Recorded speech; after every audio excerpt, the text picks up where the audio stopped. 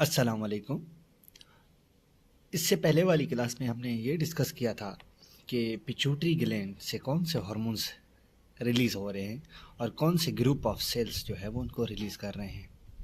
आज की हमारी क्लास का जो एजेंडा है उसमें हम ये डिस्कस करेंगे कि ग्रोथ हार्मोन को बेसिकली एक फोकस बना कर डिस्कस करेंगे कि किस तरह ग्रोथ हार्मोन का ज़्यादा रिलीज़ होना डायबिटीज़ को कॉज करवा सकता है।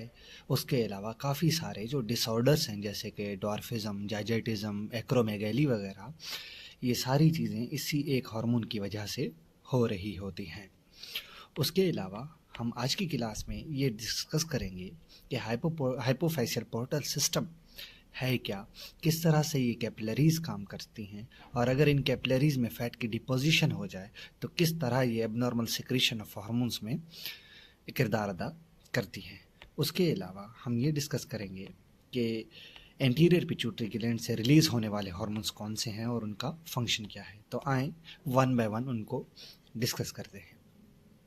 सबसे पहले हम ये डिस्कस करना चाहते हैं कि हाइपोफैशियल पोर्टल सिस्टम है क्या। तो हाइपोथैलेमस और पिट्यूटरी ग्लैंड को जो चीज़ कनेक्ट करती है उस कनेक्शन पॉइंट को हम नाम देते हैं इन्फंडिब्यूलम का, इस रीजन को बेसिकली। और इसी रीजन से एक ग्रुप ऑफ कैपिलरीज जो है वो इमर्ज हो रही होती हैं from the hypothalamus to pituitary gland.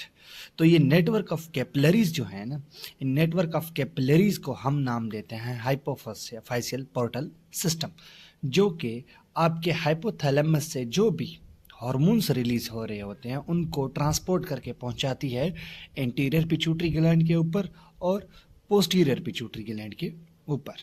तो इस चीज़ को समझने के लिए ये पिक्चर सामने रखी हुई है। तो आप यहाँ पर ऊपर देखेंगे कि हाइपोथैलेमस में मौजूद होते हैं न्यूरोसिक्रेटरी सेल्स जो अपने अंदर से हार्मोन्स रिलीज करते हैं, जो कि ये आप ब्लू लाइंस में देख रहे हैं, डॉट डॉट्स की शक्ल में जो है वो वेन्स में आ रहे हैं। ये जैसे ही आते हैं और आके बाइंड करते हैं एंटीरियर पिट्यूटरी ग्लैंड के ऊपर, और एंटीरियर पिट्यूटरी ग्लैंड में मौजूद होते हैं ग्रुप ऑफ सेल्स जैसे थायरोट्रॉफ्स, लैक्टोट्रॉफ्स, गोनेडोट्रॉफ्स हमारे पास, और उसके अलावा सोमेटोट्रॉफ्स। ये ग्रुप ऑफ सेल्स जैसे ही ये आके बाइंड करते हैं, अगर ये रिलीजिंग हैं तो ये ग्रुप ऑफ सेल्स अपने अंदर से हार्मोन रिलीज करेंगे। अगर ये इनहिबिटरी हार्मोन्स हैं हाइपोथैलेमस से जो आए हैं तो ये जो रिलीज हार्मोन कर रहे होंगे उनको ब्लॉक करेंगे। तो यहाँ पर जो है वो एक एग्जांपल दिखाई गई है सिक्रीटरी हार्मोन्स की। जैसे ही ये ग्रीन कलर के डॉट डॉट्स आके, यानी कि हार्मोन्स इन्होंने आके एंटीरियर पिट्यूटरी ग्लैंड पे बाइंड किया, और हम मिसाल ले रहे हैं, मिसाल के तौर पे सोमेटोट्रॉफ्स के ऊपर आके बाइंड किया, तो सोमेटोट्रॉफ्स अपने अंदर से हम से हमारे पास जो है वो ग्रोथ हार्मोन को रिलीज करेगा। यानी कि अगर मैं सोमेटोट्रॉफ की एग्जांपल लूँ तो हाइपोथैलेमस से गोनेडोट्रॉफ हमारे पास कौन सा आएगा, ग्रोथ हार्मोन रिलीजिंग हार्मोन आएगा और जाके बाइंड करेगा इंटीरियर पिट्यूटरी ग्लैंड के सोमेटोट्रॉफ्स के ऊपर। और सोमेटोट्रॉफ्स यहाँ से हमारे पास कौन सा हार्मोन रिलीज कर रहे हैं, ग्रोथ हार्मोन रिलीज कर रहे हैं।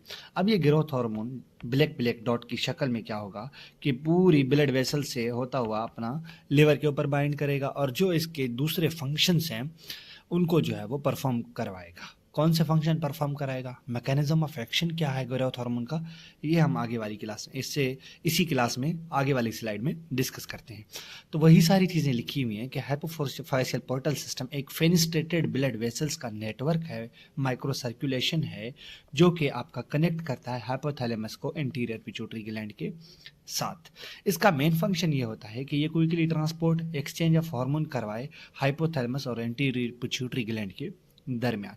कौन से हार्मोन जो है वो इस सिस्टम के थ्रू जो है वो ट्रांसपोर्ट हो रहे होते हैं, जैसे कि gonadotropin releasing hormone, corticotropin releasing hormone, growth hormone releasing hormone और थायरोट्रोपिन रिलीजिंग हार्मोन। ये इसकी एक मेजर एग्जाम्पल्स हैं। तो ये आपका हुआ हाइपोफैशियल पोर्टल सिस्टम। इसको पढ़ने का मेन मकसद ये है कि अगर इन वेन्स में फैट की डिपोजिशन हो जाए, आर्थरोस्क्लेरोसिस की कंडीशन हो जाए, तो ये डिस्टर्ब करती हैं आपके जो ट्रांसपोर्ट का मैकेनिज्म है उसको, जिसके नतीजे में क्या होगा कि हार्मोन्स जो हैं वो उस मिकदार में रिलीज नहीं हो पाएंगे, जिसके नतीजे में एक सीरीज ऑफ डिसऑर्डर्स जो हैं वो देखने को मिलते हैं। तो क्या होता है कि इन सर्कुलेशन को समझना इसलिए अहम है ताकि हम जो है वो उनको डिस्टर्ब होने से बचाने के लिए कौन कौन से इकदाम कर सकते हैं। ठीक हो गया जी। उसके अलावा अभी हम जो दूसरा ऑब्जेक्टिव है वो ये ऑब्जेक्टिव है कि पोस्टीरियर पिट्यूटरी ग्लैंड कौन से हार्मोन्स जो है वो रिलीज करता है।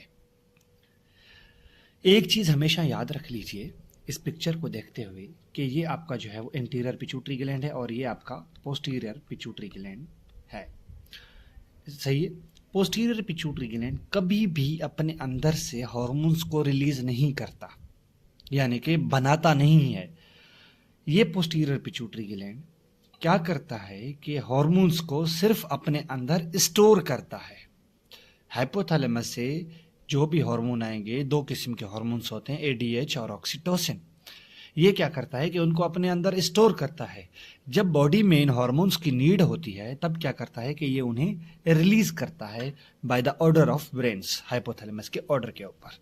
तो ये हमें जानने को मिला कि पोस्टीरियर पिट्यूटरी ग्लैंड कोई हार्मोन अपने अंदर से रिलीज नहीं करता, सिर्फ ये एक स्टोरिंग साइट है। तो वही सेम चीज यहाँ पे लिखी हुई है कि जो पोस्टीरियर पिट्यूटरी ग्लैंड है ये कोई हार्मोन अपने अंदर से प्रोड्यूस नहीं करता, बल्कि ये स्टोर करता है जो हार्मोन्स हाइपोथैलेमस से रिलीज हो चुके होते हैं। जब ये स्टोर करता है, जब बॉडी को नीड पड़ती है, तब ये क्या करता है कि इन हार्मोन्स को रिलीज करता है ब्लड स्ट्रीम में। अब होता यह है कि इस चीज को समझना अहम है कि कौन से ऐसे टाइप ऑफ न्यूक्लियाई हैं हाइपोथैलेमस में जो कि इन हार्मोन्स को रिलीज कर रहे होते हैं। तो दो किस्म के जो सेल्स हैं जिनमें मुख्तलिफ किस्म के न्यूक्लियाई पाए जाते हैं वो मौजूद होते हैं आपके हाइपोथैलेमस में। तो वो कौन से हैं? एक का नाम है पैरावेंट्रिकुलर न्यूक्लियाई और आपके दूसरे का नाम है सुप्राऑप्टिक न्यूक्लियाई। सुप्राऑप्टिक जो कि आपके हाइपोथैलेमस में मौजूद होंगे, जो कि न्यूरोसिक्रीटरी सेल्स हैं, ये क्या करते हैं, न्यूक्लियाई न्यूरोसिक्रीटरी सेल्स के अंदर जो न्यूक्लियाई मौजूद हैं ये क्या करते हैं कि अपने अंदर से एक हार्मोन रिलीज करते हैं, जिस हार्मोन को हम नाम दे रहे होते हैं ऑक्सीटोसिन का। और जो दूसरे किस्म के न्यूरोसिक्रेटरी सेल्स हैं जिसमें एक खास किस्म के न्यूक्लियाई पाए जाते हैं जिसे हम नाम देते हैं पैरावेंट्रिकुलर न्यूक्लियाई का। और ये पैरावेंट्रिकुलर न्यूक्लियाई रिस्पॉन्सिबल होते हैं कि वो एडीएच को रिलीज करें। अब हुआ ये कि मिसाल के तौर पे एक लेबर का प्रोसेस होने जा रहा है। जैसे ही बच्चे ने सर्विस की तरफ पुश किया तो होता यह है कि एक फीडबैक के थ्रू, मैकेनिज्म के थ्रू हाइपोथैलेमस में सिग्नल जाता है। अब वो क्या करता है, एक सिग्नल के थ्रू जो स्टोर किए हुए होते हैं या प्रोडक्शन करनी है इन हार्मोन्स की, तो वो इन पैरावेंट्रिकुलर या सुपराऑप्टिक न्यूक्लियाई की मदद से जो है वो मुख्तलिफ किस्म के हार्मोन रिलीज करता है और प्रोड्यूस करता है। पैरावेंट्रिकुलर एटीएच और सुपराऑप्टिक जो है वो ऑक्सीटोसिन को रिलीज करेंगे। उसके अलावा मेजर जो हमारा फोकस है वो है ग्रोथ हार्मोन के ऊपर। ग्रोथ हार्मोन एक मोस्ट अबेंडेंट हार्मोन है जो कि एंटीरियर पिट्यूटरी ग्लैंड से जाके रिलीज होता है। अब ये किस तरह से रिलीज होता है, पहले तो इस चीज को हम समझते हैं। हाइपोथैलेमस से एक हार्मोन रिलीज होगा जिसे हम नाम देते हैं GHRH, growth hormone releasing hormone. ये आके आपका बाइंड करेगा एंटीरियर पिट्यूटरी ग्लैंड के ऊपर। एंटीरियर पिट्यूटरी ग्लैंड में मौजूद होंगे कौन से किस्म के सेल? सोमैटोट्रोफ्स। ये सोमैटोट्रोफ्स क्या करेंगे, एक हार्मोन रिलीज करेंगे जिसे हम नाम देते हैं ग्रोथ हार्मोन का। ये ग्रोथ हार्मोन क्या करेगा कि आपका आएगा और बाइंड करेगा लिवर के ऊपर। जैसे ही ये लिवर के ऊपर बाइंड करेगा और लिवर को स्टिमुलेट करवाएगा कि वो अपने अंदर से एक हार्मोन रिलीज करे जिसे हम नाम देते हैं insulin like growth factor, IGF, insulin like growth factor. ये इंसुलिन लाइक ग्रोथ फैक्टर क्या करता है कि बोन्स, स्केलेटल मसल्स, आपके मेटाबॉलिज्म, सारी चीज़ों को कंट्रोल कर रहा होता है। तो ये एक सीरीज ऑफ पैटर्न है। अगर इसमें से किसी भी एक पॉइंट पे डिस्टरबेंस आएगी, यानी कि एक पेशेंट है, अगर वो लिवर सिरोसिस का पेशेंट है, ग्रोथ हार्मोन तो रिलीज हो रहा है लेकिन IGF रिलीज नहीं हो रहा, तो क्या वो रिक्वायरमेंट पूरी होंगी? नहीं होंगी। Growth hormone releasing hormone hypothalamus है तो रिलीज हो रहा है, लेकिन पेशेंट को क्या है कि पेशेंट को पिट्यूटरी ट्यूमर है, वहां से जो है वो रिलीज नहीं हो रहा ग्रोथ हार्मोन। तो ये मुख्तलिफ किस्म की असम्पशन होती हैं। कभी भी जो एंडोक्राइन के डिसऑर्डर्स हैं ना, उनकी डायग्नोसिस एक पॉइंट को लेके नहीं बनाई जाती, पूरी एक सीरीज की जो है ना वो कंफर्मेशन की जाती है कि ये फला हार्मोन रिलीज हो रहा है, क्या ये इस पे बाइंड कर रहा है, तब जाके एक डायग्नोसिस जो है वो बनती है। वही सारी चीज़ें यहाँ पे लिखी हुई हैं कि सोमैटोट्रोफ्स जो है इंटीरियर पिट्यूटरी ग्लैंड में मौजूद हैं, वो अपने अंदर से ग्रोथ हार्मोन को रिलीज करेंगे। अब ये ग्रोथ हार्मोन क्या करेगा कि सबसे पहले जाके लिवर के ऊपर बाइंड करेगा और एक हार्मोन रिलीज करवाएगा जिसे हम नाम दे रहे हैं insulin like growth factor IGF, और इसका दूसरा नाम है सोमैटोमेडिन्स। ये सोमैटोमेडिन्स क्या करेगा कि ये जाके आपके बोन्स, स्केलेटल मसल्स और आपके मेटाबॉलिज्म के जितने भी रेगुलरिटीज हैं उनको जाके कंट्रोल करेगा। एक कंप्लीट पिक्चर है मैकेनिज्म ऑफ एक्शन को समझाने के लिए कि ग्रोथ हार्मोन का मैकेनिज्म ऑफ एक्शन किस तरह से काम करता है। हाइपोथैलेमस से एक हार्मोन रिलीज हुआ, ग्रोथ हार्मोन रिलीजिंग हार्मोन। जब ये रिलीज हुआ, ये क्या करेगा कि रिलीज होने के बाद आके बाइंड करेगा आपके एंटीरियर पिट्यूटरी ग्लैंड के सोमैटोट्रोफ्स सेल्स के ऊपर। सोमैटोट्रोफ्स क्या करेंगे कि ग्रोथ हार्मोन को रिलीज करवाएंगे। अब ये ग्रोथ हार्मोन क्या कर रहा है कि बेसिकली 3 किस्म के अहम काम करवा रहा है।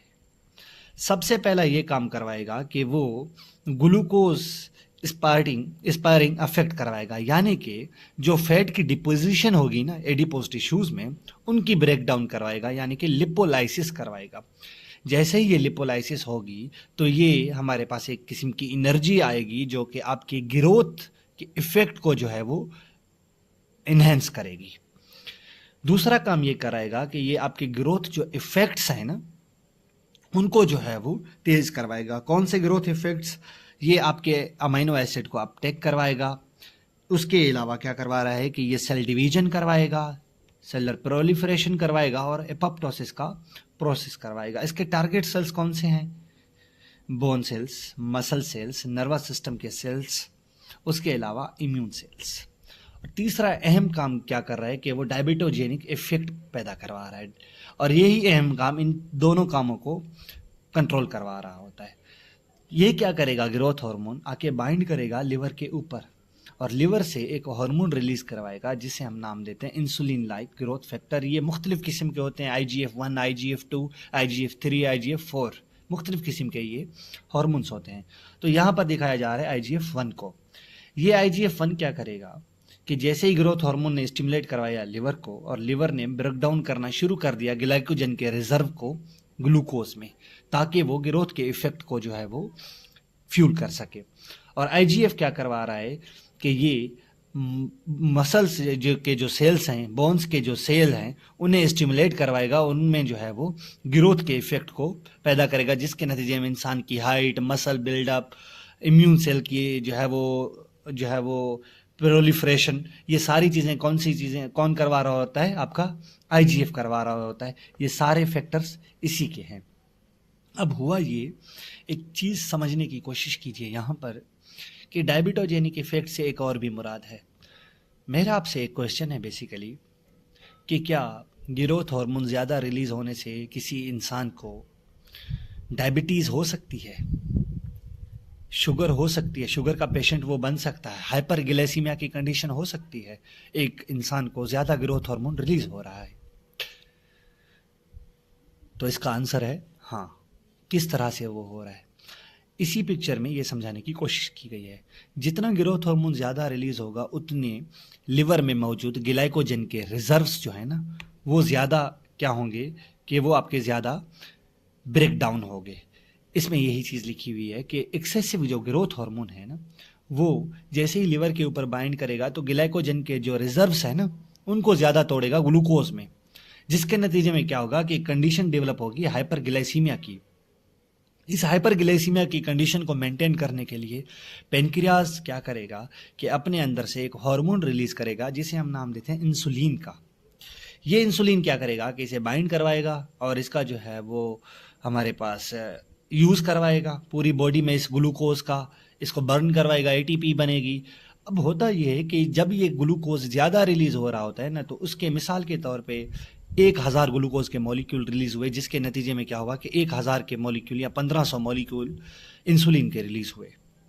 अब एक वक्त ऐसा आया कि बीटा सेल्स एग्जॉस्ट हो गए, उन्होंने इंसुलिन को रिलीज करना बंद कर दिया। इंसुलिन ज़्यादा वो अब रिलीज नहीं कर रही क्योंकि वो बर्नआउट की कंडीशन में आ गए हैं।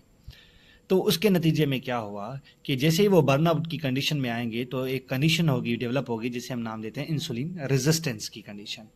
ये वाली कंडीशन डेवलप हो जाएगी, जिसके नतीजे में क्या होगा कि इंसुलिन ग्लूकोज को ज़्यादा बाइंड नहीं कर पाएगा, और ज़्यादा बाइंड करने की ना वजह से क्या होगा कि एक डायबिटोजेनिक अफेक्ट होगा, और वो कॉज करवा सकता है आपकी डायबिटीज़ मेलाइटस को, यानी कि डीएम को। तो इसका मतलब ये हुआ कि अगर कोई पिट्यूटरी ग्लैंड में ट्यूमर है या हाइपोथैलेमस में ट्यूमर है, जिसके नतीजे में ग्रोथ हार्मोन रिलीजिंग हार्मोन या आपका ग्रोथ हार्मोन ज़्यादा रिलीज हो रहे हैं, तो वो आपके लिवर पे ज़्यादा अफेक्ट करेंगे, आपके एडिपोज टिश्यूज़ पे ज़्यादा अफेक्ट करेंगे। तो इसके नतीजे में एनर्जी ज़्यादा प्रोड्यूस होगी, और अगर उसको मेंटेन नहीं कर पाया पेनक्रियास बीटा सेल्स में मेंटेन नहीं कर पाए, इंसुलिन उस सफिशिएंट मिकदार में रिलीज नहीं होगी, तो इसके नतीजे में क्या होगा कि ग्लूकोज की तादाद बॉडी में बढ़ेगी, तो इंसान डायबिटीज़ मेलाइटस का पेशेंट हो सकता है। उसके अलावा और ज़्यादा कॉम्प्लिकेशंस भी हो सकते हैं इस ग्रोथ हार्मोन को लेके। डॉर्फिज्म की कंडीशन पेशेंट को डेवलप हो सकती है, जाइजेटिज्म की पेशेंट को कंडीशन डेवलप हो सकती है, और एक्रोमेगेली की कंडीशंस जो है वो पेशेंट को डेवलप हो सकती हैं। ये क्या कंडीशंस हैं, ये आप जब आगे आके एंडोक्राइन डिसऑर्डर्स को पढ़ेंगे ना, तब आपको ये सारी चीज़ें मालूम पड़ेंगी। अगर हम ग्रोथ हार्मोन की स्टैंडर्ड रेंजेस की बात करें ना, तो ये 0.4 से लेके 10 नैनोग्राम पर मिलीलीटर होती हैं इन मेल्स, और 1 से लेके 14 नैनोग्राम पर मिलीलीटर जो है ना, ये फीमेल्स में इसकी मिकदार पाई जाती है। उसके अलावा अगर हम ऑक्सीटोसिन की बात करें, तो ऑक्सीटोसिन कहाँ से रिलीज़ हो रहा है, क्या काम करवा रहा है, तो ऑक्सीटोसिन आपका रिलीज़ हो रहा है आपके पिट्यूटरी और ग्लैंड से, यानी कि पोस्टीरियर पिट्यूटरी ग्लैंड से। अब ये पोस्टीरियर पिट्यूटरी ग्लैंड से किस तरह से रिलीज़ होता है, क्या काम करता है, तो इसके लिए मैं आपको जो है वो एक डायग्राम समझाने की कोशिश करता हूँ।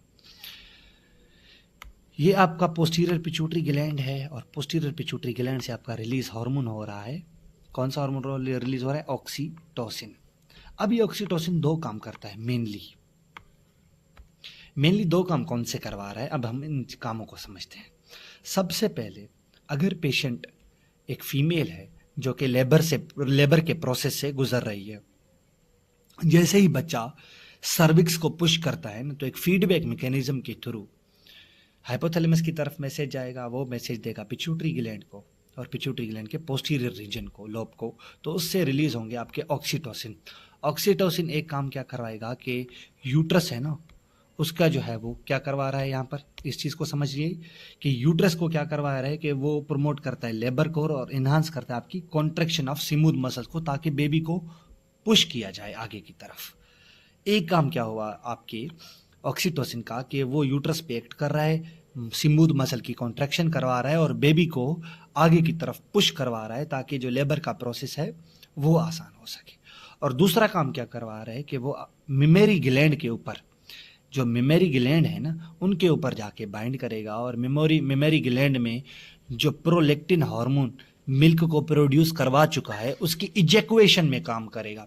इजेक्वेशन किस तरह से होगी, जैसे ही बेबी, एक बच्चा मेमरी ग्लैंड के ऊपर मौजूद जो निपल है ना, उसको सक करेगा ना, सक करने के नतीजे में क्या होगा कि जैसे ही वो सक करेगा तो एक स्टिमुलस जनरेट होगा, वो जाके ब्रेन के ऊपर एक्ट करेगा, और वहाँ से आपका ऑक्सीटोसिन रिलीज होगा, जो जाके इजेक्वेशन करवाता है, यानी कि मिल्क को बाहर निकलवाता है निपल से।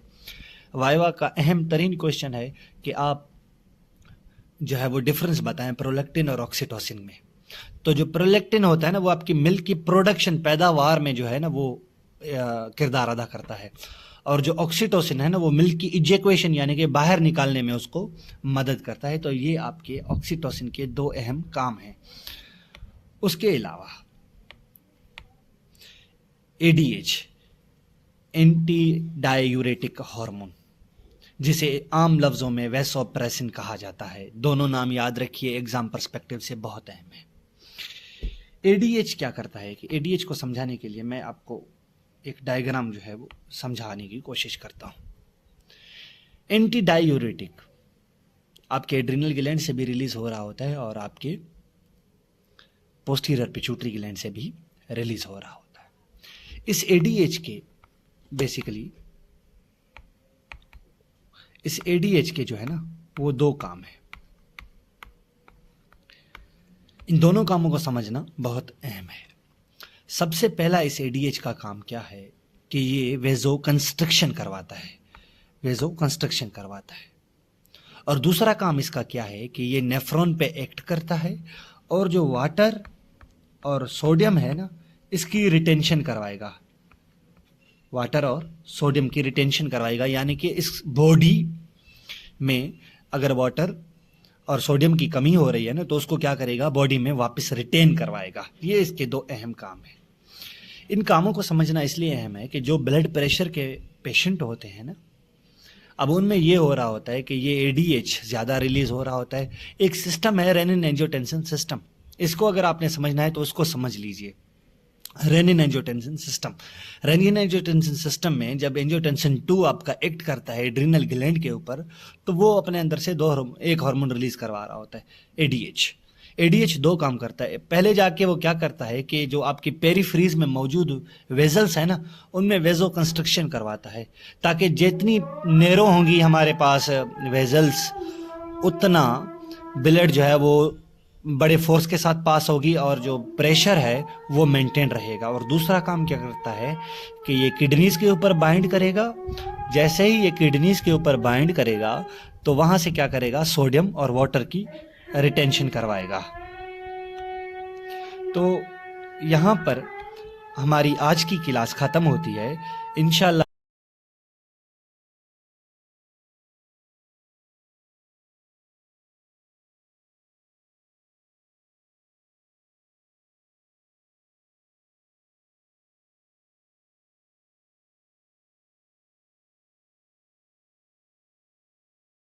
वक्त का जो है वो कीमती वक्त के लिए बहुत शुक्रिया। आपने ये लेक्चर अगर यहाँ तक देखा है तो मैं उम्मीद करता हूँ कि आपने बहुत अच्छी चीज़ें सीखी होंगी। जितनी मुझे आती हैं मैं उससे ज़्यादा कोशिश करके आपको सिखाने की कोशिश कर रहा हूँ। अल्लाह हाफिज़।